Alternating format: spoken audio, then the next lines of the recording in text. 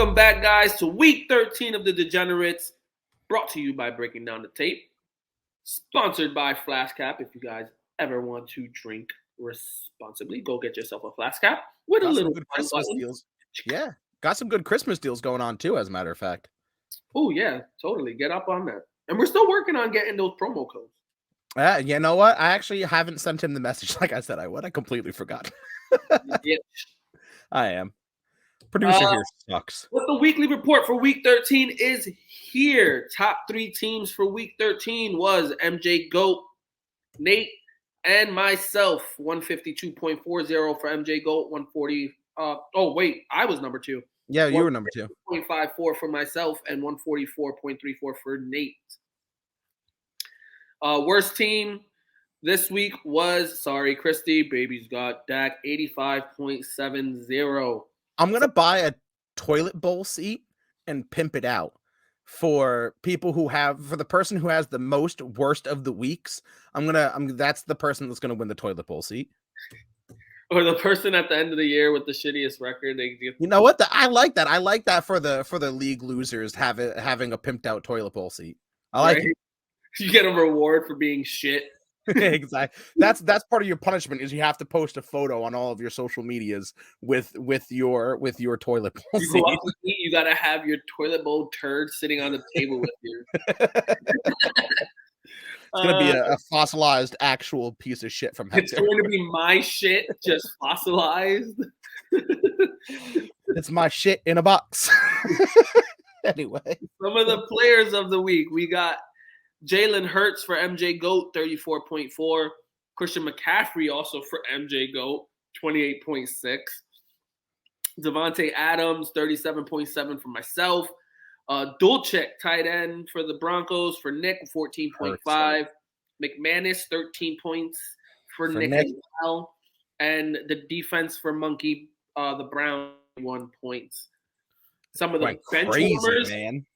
Yo, for real, 31 points. God damn. Wild. Some of the bench warmers for the week, we got Gino sitting on B-Champ's bench with almost 24 points. Cam Akers decided to play football, so no one ever fucking starts him, but he got 19 points. Christian Watson, which I don't know why Nate isn't starting him, but 24.4 points. Because he colluded. Yeah. Yeah. Oh, no, it's on record. Now I've said it on record, so it's clearly watch. He's going to fucking clip that out, fucking run it over to the... I said he colluded, see? Evan Ingram for B-Champs, 14 points. Nick Folks for MJ GOAT, 3 points, which that's not a bet. It should be a bench warmer. Yeah, and right. The 49ers defense for Christie at 19 points. That's a good defense. Yeah. League awards, most efficient was myself, 150.54 out of 154.54. Least efficient was the guy himself, Monkey, 117.02 out of his 155.12.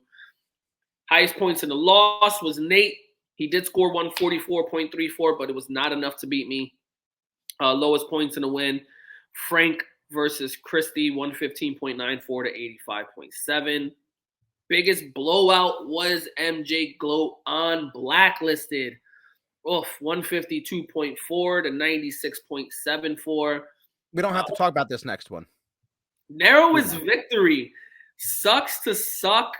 Losing by 3.54 points is your boy, Papa Smurph, losing to Nick.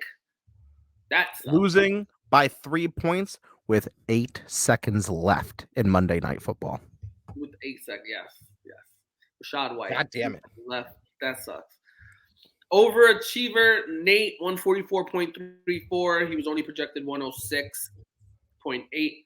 And underachiever, Mike Khaleesi was projected 136. He only scored 96.7. So that was a rough week for him.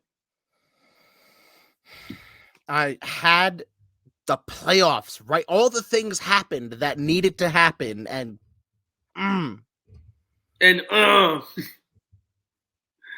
frustration. So first matchup we got Frank Benny, fantasy football Frank over here, beating Christie Baby got Dak 115.94 to 85.7. Frank's on his little 2-game winning streak, 5-8. He's trying to stay away from that bottom of the barrel, last place of the league. Christie's battling for last place at 4-9. Frank's team, solid win right here. Jimmy Garoppolo is out. Only gave him 2.2 points, but it was enough for the win regardless. Jonathan Taylor gave him 13.3.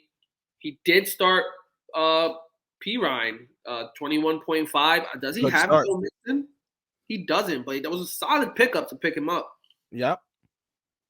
Tyreek Hill with 29.6. Zonovan Knight, another good pickup, 16.8. Besides that, he just didn't really have negative points. Nothing really to pop off the board. Zay Jones, 3.6. Mark Andrews, I think this was like his first or second game back, 9.4. Dicker, 7 points as a kicker. Can't get mad. Bills defense, 6 points. Nothing on the – I mean, you could I guess Murray – you plug in Murray for like Juju Smith or something, get you some extra points. But all in all, he plugged in everything he needed to plug in for a solid matchup win. Yeah, and save an injury with Jimmy Garoppolo, there was really not much he could do. I mean, yeah, you had Marcus Mariota and Kirk Cousins on the bench, but of those 3 quarterbacks, who do you start? It's easily Jimmy. He just got hurt. On the flip side, Christie, riding the Dak train, 17.8 is Austin Eckler, 13.2. I mean, she had Devonta Smith that gave her fucking 21.2, but that's really it. Like, that's by far and away her best performer. You've got Dawson Knox, who didn't even catch a ball, so 0 points in her tight end slot. I mean, Jake Elliott gave 5 points out of her kicker spot, which is all right. But I mean, other than that, she had nothing on her bench. Yeah, she could have started the Niners defense to give her 17 points, but that doesn't cover. And that's kind of it. Okay, so Jerry Jeudy over George Pickens, another 9 points. Those two changes might win her the game. But yes, she does win the game. If she moves Schultz into tight end position, takes out Knox, puts in Jerry Jeudy, and puts in the Niners defense, I think she wins. Yeah, no, fair enough. Fair enough. I didn't even see Schultz in the extra flex spot there. No, Knox you're right. gave her a donut. So that's what? 19, 20, that's 29 and a half points right there. No, you're right. You're right. She did have it with that little switch around there. Like I said, I just overlooked Schultz on the tight end spot there. So yeah, no, she had the victory on her bench, just a little bit of maneuvering. Damn. Well, in all fairness, she did tell me she wasn't starting Jerry Jeudy. He was questionable. He didn't know if he was going to play. Right. I didn't know he was going to play either. There's been a lot of game time decisions this year in the real football world that has made fantasy football excruciatingly hard. So good win for Frank. Keeps him out of that last place spot. It sucks if you're a champion in the league because the next season is like Super Bowl hangovers are real. Yeah. Real. Next up, we got it was supposed to be a good matchup. It ended up being a blowout. MJ Goat versus Blacklisted. 152.40 for MJ Goat over Blacklisted's 96.74. This was a well-needed victory in my book so that, it helps my playoff push. Same. While Melissa, is just battling for which bye she wants at this point. Right. Melissa got 34.4 from Jalen Hurts. I mean, you pair that up with 31.9 from A.J. Brown, and what do you got? A pretty solid fucking win in my books. 28.6 from McCaffrey. Yeah. Walker did get injured. I didn't watch the game. I didn't see what really happened, but he only got 3.6. The Lizard King with 11.7. He's starting to get some of his touchdown targets taken away because of Christian Watson. Hawkinson was kept at bay by the Jets for 7.3. ETN 7.6. Debo 12.3. Her kicker gave her 5 with Bucker. Eagles defense 10 points. I mean, and she could have went to her bench if she really wanted to. She had Pacheco for 16.2. Deontay Johnson, 11 points. Deontay Johnson has been a disappointment to me because if you look at his game log, like he's averaging right around 11 to 12 and a half points. He's getting all the targets, but just isn't getting any touchdowns. Like he gets a touchdown, he's giving you solid 20 points every fucking game. Yeah, no, you're 100% correct. He's got the volume, he's got the yards, he's missing that final piece. And it's not that you expect a touchdown out of him every game, but he almost never gets a touchdown. But you're getting, he's getting double-digit targets. You would expect a touchdown. Yeah, no, I agree. Yeah, and on 11 targets, only 5 receptions. You know what I mean? That's awful. On the flip side, man, it's all about the bench work for Blacklisted here. I mean, no matter what, he doesn't get the win. He doesn't get 60 points in a makeup. But I mean, his best producer on the field was Ezekiel Elliott in his first flex spot at 18.10 points. Other than that, he's got absolutely nothing. I mean, he started Deshaun Watson, gave him 6.3 points. Nick Chubb, 8. Kamara, 5.7. Thielen, 4.7. Chris Godwin gave him 14.3. Freiermuth, 10.6. Like I said, Zeke for 18. Palmer for 13. Carlson, the kicker, okay, he gives him 10. The Ravens defense, a respectable 6.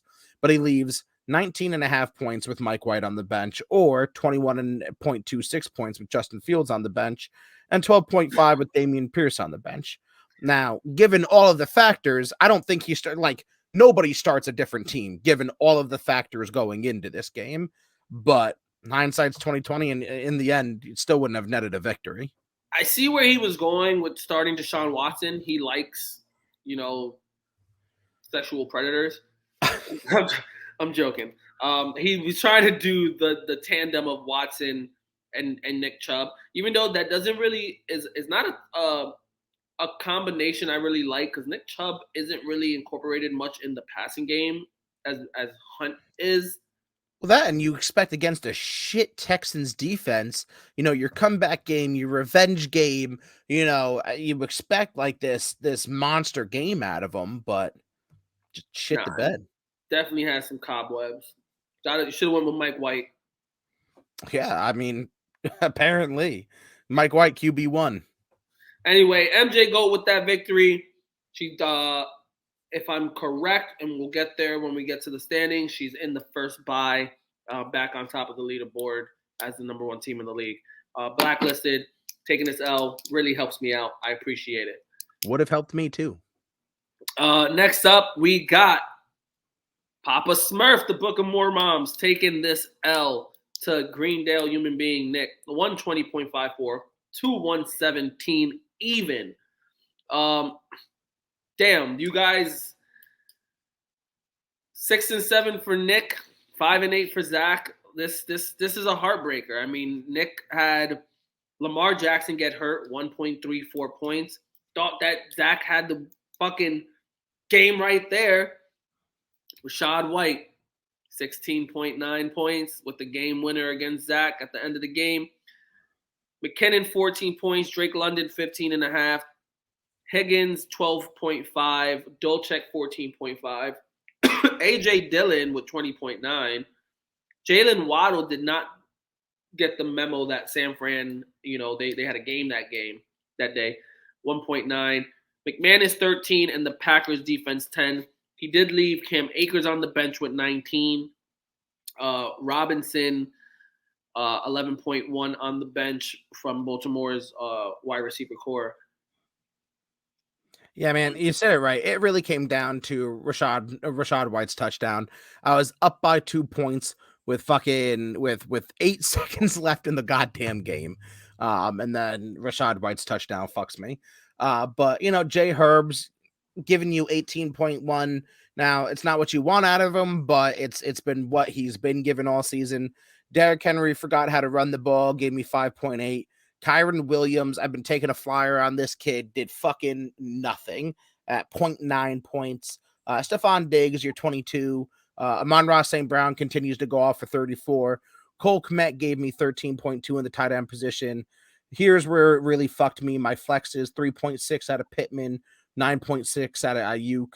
Sanders gave me 6 points in the kicking spot, and then 3 points out of Tampa. If I put DJ Shark in over Michael Pittman, there's my win. And we could say the same thing for him, though. He has Cam Akers. He puts Cam Akers over, Waddle. Yeah, true. It's just brutal, man. Brutal to be like, okay. It's brutal to watch, Tampa have to pass the ball to win, right? So Tampa's driving down the field, and I'm only up by like 2 or 3, and I'm like, okay, not a big deal, right? Because they've got to pass the ball. There's no way they're gonna fucking run the ball. Okay, I'm good. Drops back to pass. Perfect. Dumps it off down to motherfucking Rachaad White. And I don't know what hurts more, the fact that you lost by 3.5 points or the fact that you were supposed to win by over 20. Yeah. And even with Lamar Jackson getting hurt, and only giving 1.3, I still take this fucking L, bro. I'm cursed. And everything went right. Fucking, we'll get into Marcus losing, but Khaleesi lost. If I win this, I'm 6-7. And I'm tied with those guys who are ahead of me, and I have more points. I'd be in the 6th spot if I win this. Yeah, you guys are fighting for the 6th spot. Now I'm steady at I think I'm 4. I think I'm in the 4th spot. I'm in the 6th spot with 1 week left and fate in my hands. This is good. I like it. Playoff. I'm not gonna lie. A little. Zach, has this been the most successful season for you, like win-loss record-wise, 5-8? Because I think you're always in. No offense, I think you're always in the bottom with the barrel. No, honestly, no offense taken. If you look back at the records, I'm fighting for not last place every year. I'm just praying to not be last place every year. This year, I'm like, yes, playoffs are mine. Everything went my way. Fucking 12 seconds left, and I have the lead. Yeah. Jets. Exactly like the fucking Jets. Now I need a Christmas fucking miracle. I don't even think with 1 week left, I'm mathematically able to make the playoffs. I think it's pretty much set that I can go fuck myself. Yes, I think the only guys mathematically still in it are whoever are 6 and 7. Fuck all of you.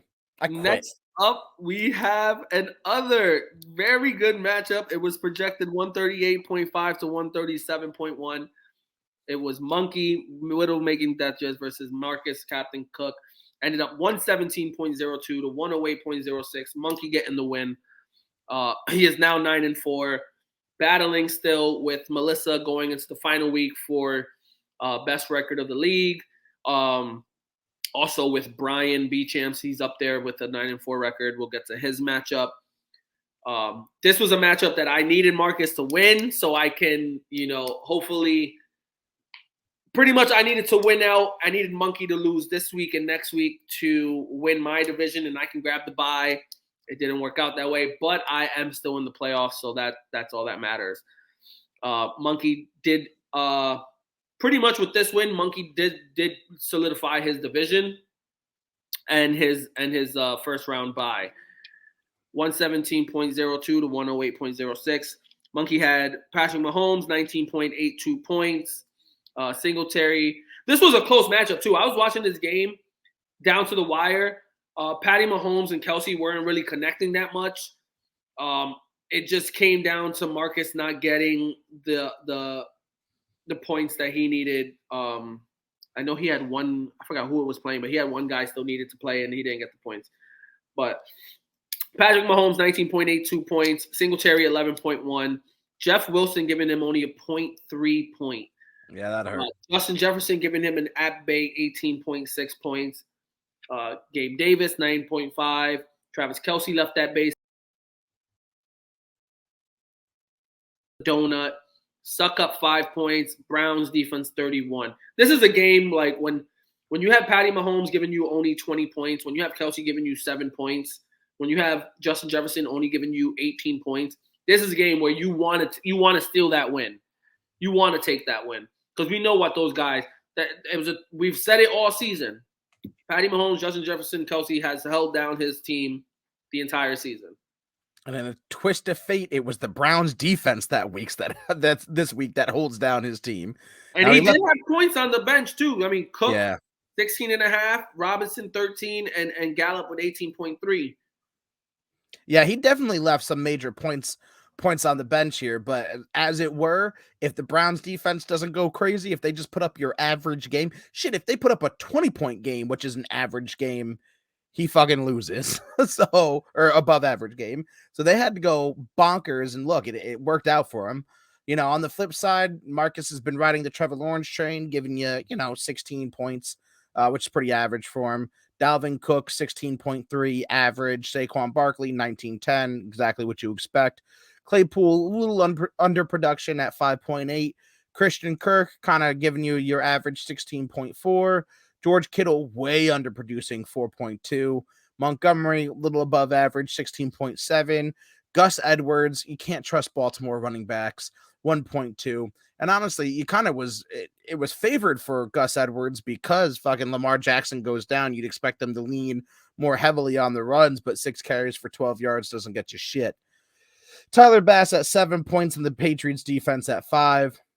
Now, he leaves some points on the bench. He He puts leaves in a win Alexander on the bench. Madison over Gus Edwards, Yeah, he leaves a win on the bench. Yeah, Gerald Everett over George Kittle, that's a win right there. They both leave points on the bench. Yep. So again, I needed Marcus to lose. It would have given me my spot for the taking. But I suck. So Marcus is still fighting for that last playoff spot, though. I mean, I think he's right outside. We'll get to the playoffs in. I think he's right outside looking in, but he still has a chance. Yeah. Next matchup, we have Team B Champs versus QA Team Sleep Thinkers. This one was projected another close one, 135 to 132 in favor of Team Sleep Thinker. But turn of events, and it became out somewhat of a blowout for Team B Champs, 143.7 to 113.92. B Champs is now 9-4, 4-game winning streak. Secretly and quietly creeping his way up in the leaderboards with his wins, now battling with Monkey and Melissa for best record of the league, going into the final weeks and into the playoffs. Started off like 0-3, didn't he? And then he went on like a 5-game tear. Then he lost one. Now he's on a 4-game tear. B Champs, man, he don't talk much. He's just chilling. And it sucks because, Melissa, unless she loses next week, B Champs won't win the division. He doesn't get the bye. If he was in my division, he's the same boat with Monkey. They're same records. You're going by points force, wins and loss going into the last week. It's rough. I don't see him getting a first round bye, but we'll see. Mm-hmm. He got Tua started with 15.8. Tony Pollard, that guy we spoke about earlier, 24.6. I heard he's the better running back in Dallas. Williams with 9.5. Amari Cooper, only 8 points. Tyler Lockett, 50 bomb Lockett, giving him almost 30, 27.8. Bomb. Moreau. Yeah, Moreau, 4.2. Aaron Jones, 10 points. Rachaad Stevenson, 13.8. Gano, 8 points. And that Cowboys defense giving him 22. Big. On the bench, he did leave some extra points, though. He could have started Geno Smith, 23.98 points. He did also have Daniel Jones, 17 points over Tua. Talk about Lord. He did have Collins with 12.5, Evan Ingram's with 14, and is that Najee? Yeah, that is Najee Harris. Najee Harris at 10.2. And on the flip side, we've got Josh Allen giving you almost 17 points, a little underproduction for Slink Dinkers. Josh Jacobs continues his late season tear, gives you 21 points. Antonio Gibson, a little underproduction at 8 points. CeeDee Lamb, 20.5 points. Jamar Chase in his first game back does a little bit above expected with 16.7. Logan Thomas, who I forgot was even playing in the NFL, with standard tight end, 5 points. Darius Slayton overproducing at 15. Cordell Patterson kind of hitting a late season low at 6. Justin Tucker, 4. And then the Falcons defense with only 1 point. Now he leaves a couple of points on the bench. He's got Tom Brady with 18.4, and then he could have started Tyler Boyd over Cordell Patterson to get another couple of points. But I mean, even if he plays the perfect game, he still gets shit stomped. He couldn't do anything in this one. Yeah, I mean, good for QA. He's still 7-6. He's still, if I'm right, I think he owns the last playoff spot going into these final weeks. He's in fifth. Going into the last matchup of the week. I heard there's some controversy surrounding this matchup. Some controversy, they say. My matchup versus Nate, 150.54 to 144.34. I take the W here. Yeah, a lot of crying and tears and world's smallest violins. Controversy in the Degenerates. Yeah, because people don't want to set their lineups. I guess the commish has to set the lineup for them. Or I demand to see bank records and personal DMs. I'll get a search warrant if I have to. Nate, I don't even think Nate owns a phone. Nate pull a banana I gotta send pitching carriers to reach him. Yo, you still playing fantasy this year? Smoke signals. Send a telegraph. Send a runner. Send an SOS sign or something.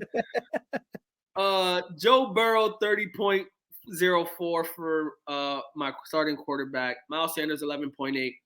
Hasty giving me a fucking donut. Devontae Adams 37.7. Keenan Allen coming back 20.8. Hurst getting hurt gave me 3.2. Donovan Peoples-Jones with that salvageable punt return for a TD gives me 13.4. Curtis Samuel for 14.6. McPherson gives me 10. Seahawks defense gives me respectable 9. On the bench, I did have Jahan Dotson with 16.4. And I'm not. Can I plug him in? Yeah, I can't even really plug him in. So, you couldn't have done shit. I mean, it would have gotten you like 2 extra points, but that doesn't really matter. You're gonna put James Robinson in and got an extra 1 point. So there's that. On the flip side, Derek Carr, 15 points, pretty much expected out of him. Joe Mixon wasn't even gonna play this game. So this is where Nate colluded with Hector to give him the win.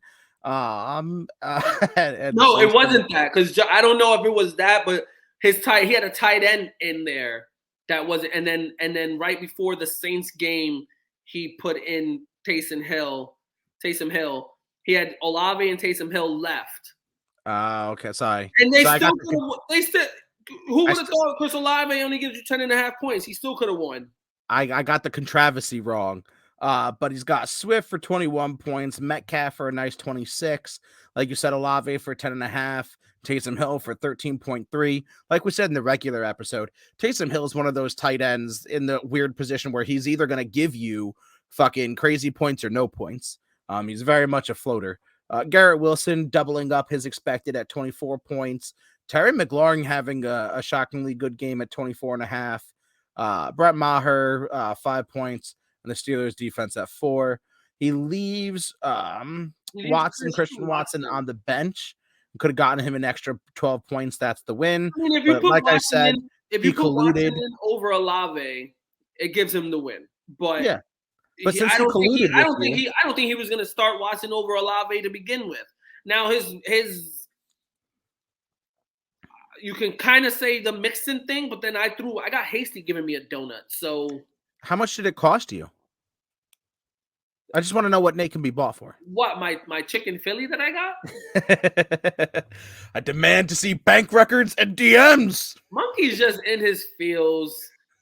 He's over here saying my league shit, but yet my league has better records than the guys in his leagues. It's been a wild couple of days. I'm still waiting for your boy to fix his lineup.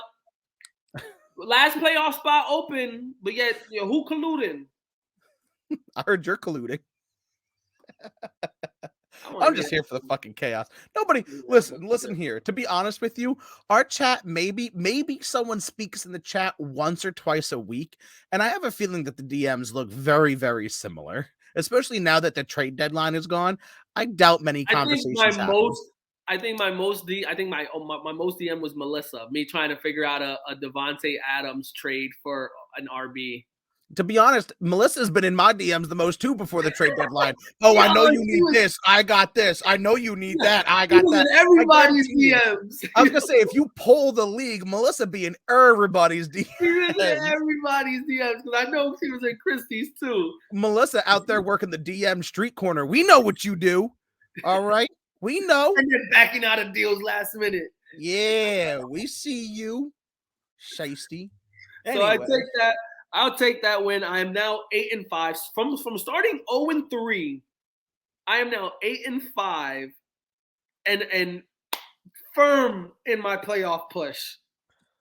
Okay, and Drake started from the bottom. Now we hear that's with every week. I'm waiver wiring an RB. Yeah, I'm honestly wiring an RB every week, and I'm still doing it. Now. Going for the standings, we have in the gridiron, like I said, Monkey's leading that 9 with his 9-4 record. I'm 8-5. You got Marcus 6-7, Frank 5-8, Nate 4-9, and Christy 4-9. I'd love to be in your division. And then in Death Valley, you got Melissa 9-4, B Champs 9-4, the Team Sleep Beaker 7-6, Blacklisted 7-6. Nick Blacklist is 6-7, Nick 6-7, and Bookham More Moms Papa Smurf 5-8. Our division has more winners. I'm just saying. You guys only have 2 above 500. We have 3 above 500. Oh! How did French just fuck there? Oh shit! Going on to the playoffs. As of the standings right now, Melissa is the top dog. If you're looking by points forced, she is slightly ahead of Monkey, even though her, B Champs, and Monkey all have the same record. By points forced, it goes Melissa, Monkey, and B Champs, respectively. So Melissa has the first round bye. Monkey has the second first round bye, and then. B Champs would play this is the number 3 seed. I'm the number 4 seed. QA is the number 5 seed, and Blacklisted is the number 6 seed. Like I said, we still have Marcus. It's pretty much between Marcus and Mike and Khaleesi who are fighting for that 6th spot. And Nick, Khaleesi, and Marcus are fighting for that last playoff spot right now. They are all 6-7.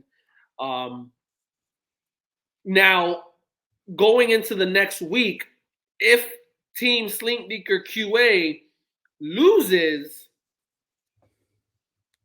and they all end up 7-6, now, that 5th and 6th seed can get all jumbled up. And I do have a flyer. Now that I'm thinking about it, I do have a flyer shot. Because let's see, look at my record. I'm 5-8 and they're 6-7. If all 3 of them lose and I win, I would have points over them. That would all put us at 6-8, and I would have points over them. So holy shit. It is slim, but I got a chance. Got a chance. Yes, you do. Wow. It is a very, very small chance. But if you need a lot of help, like you're the one that has like that 0.0001 of a chance. So let's see. And that's a perfect segue into next week's matchup. So hold on. So I need Marcus, Blacklisted, and Nick to lose. Marcus, Blacklisted, and Nick. And who do they play? So going right into it. Marcus plays Frank Fantasy Football Team. And we'll get into that. Blacklisted plays B Champs. We'll get into that. And Nick plays QA, which also is used because if QA loses to Nick, that's the thing. QA loses to Nick, it'll jumble up the 5th and 6th spot, but it kicks you out. If QA wins and solidifies the 5th spot, then the 6th is up for grab. So I am obviously a fan of myself, Frank, B champs and QA. God damn. Go right into week 14. Fuck it.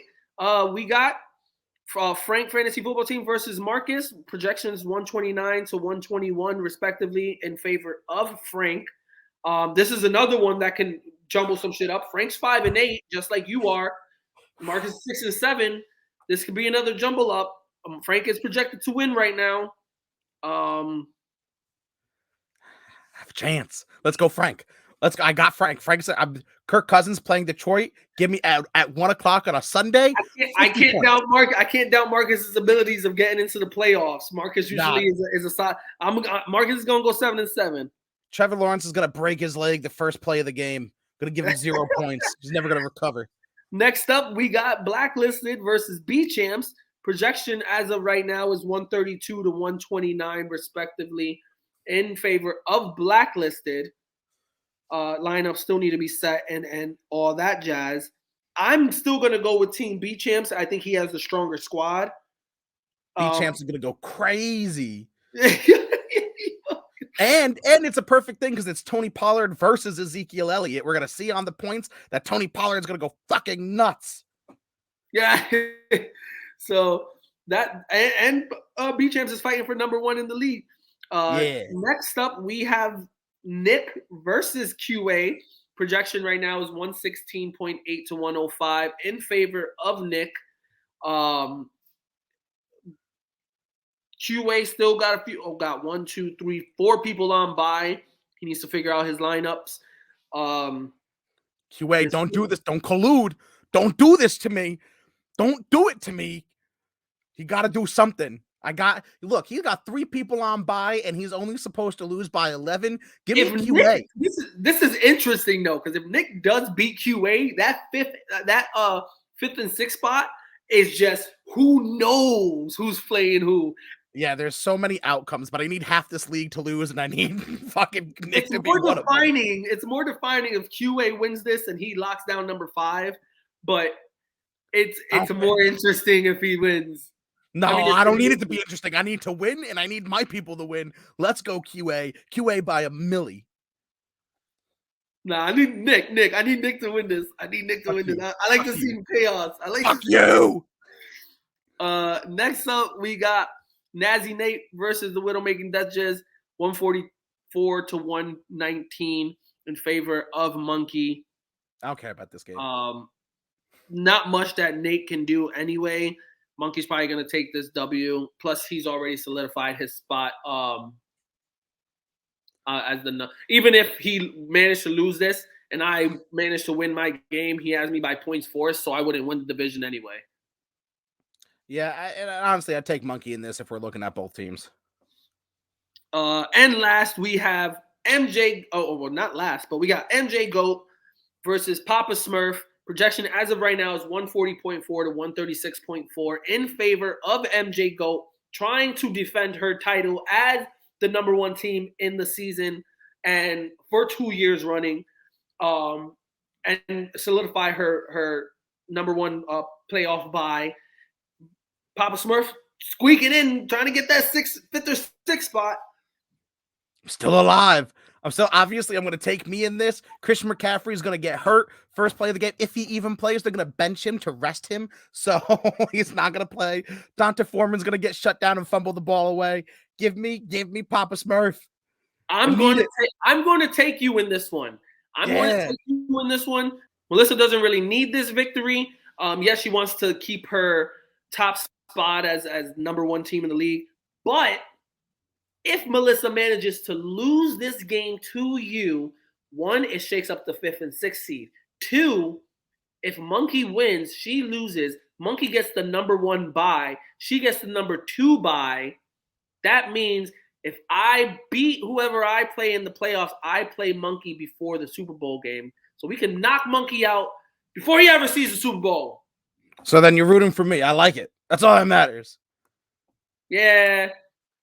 Even though you're rooting against me. I'm trying to keep that title over here, man. I looked at Christy in the eye yesterday, and I was just like, look, man, like one of us has to like fucking try to keep it in this bitch, man. I'm over here. I'm what 8-5. What you doing with your 4-9? Someone needs to, man, my back. Oh, but look who you play. Final game, too. Look at your matchup. Now, last but not least, yes, I was talking shit. But I play Christie, but that's the thing. I don't need this win. I'm locked in at the fourth spot. Regardless, win or loss, I'm locked in at the number 4 spot. Fair enough. Now, I think the only thing that would help is if I was to win and Brian, Melissa, or Monkey were to lose, then shit could kind of switch up because we're all the same record. But I think all 3 of them got me in points forced anyway. Right. No matter what, I can't be in last place, even if Christie wins. I got more wins than her. That's all that matters. I cannot be in last place. So I think Christie would be last place as of right now. Yep. Yeah, no matter what. She plays me and Nate plays Monkey. So last place comes down to kind of between them 2. Yeah. Yeah, no matter what, I got more wins than both of them. BOFFEUM. And even if I lose, them 2. Even if I lose, I have. Christie's actually projected to beat me. Yeah, she is as of right now. But don't worry, I got you. I want you to be strong going into the playoffs. I want your confidence up. I got you. Hey, like I always said, I don't give a damn about my record. I just want to squeak into the playoffs. I made it into the playoffs. Last year with what? I was 6 and 8. No, I think you had a winning record last year. No, it wasn't our league. It was. I want to say, Marcus's league. Marcus's league. I squeaked into his playoffs.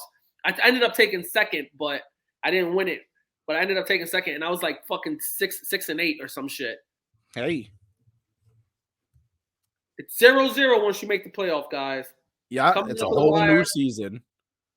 Last week before the playoffs kick off, I'm not giving any of you guys any of the money. I'm keeping the money to myself. I'm keeping the trophy. I'm just going to throw my name on the placard every fucking year.